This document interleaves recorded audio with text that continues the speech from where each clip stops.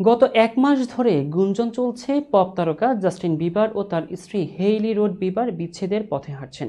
কিছুদিন আগে ইনস্টাগ্রামে হেইলিকে আনফলো করেন জাস্টিন, যা গুজবকে আরও উস্কে দিয়েছিল। তবে জাস্টিন দাবি করেছেন কেউ তার অ্যাকাউন্ট হ্যাক করে এই কাজ করেছে। বিস্তারিত শাহিদা আহমেদ জান্নাতীর ডেস্ক রিপোর্টে।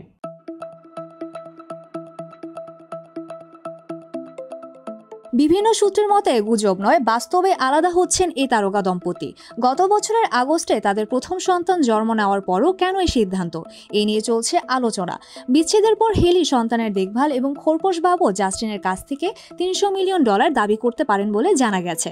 বিচ্ছেদের কারণ কি? বিচ্ছেদের পেছনে বেশ কিছু কারণ উঠে এসেছে।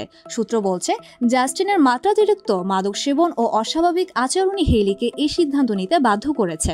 কয়েকদিন আগেই এক ভিডিওতে জাস্টিনকে ভীষণ অসুস্থ দেখায়। তার ওজন অনেক কমে গেছে, গাল ভেঙে গেছে।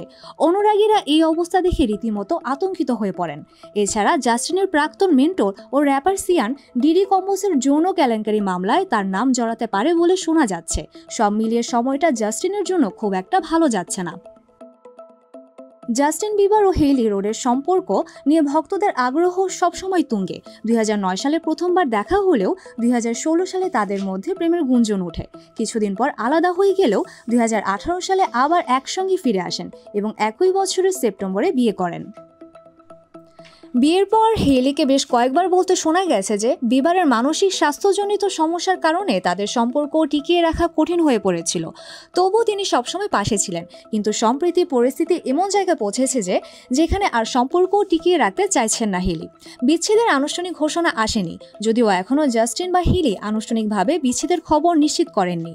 তবে হেলি ইতিমধ্যে আইনজীবীর পরামর্শ নিয়েছেন বলে জানা গেছে। অন্যদিকে জাস্টিনও এই ব্যাপারে নীরব। ভক্তরা এখন অপেক্ষায় রয়েছেন এই তারকা দম্পতির সম্পর্কের ভবিষ্যৎ কী হবে।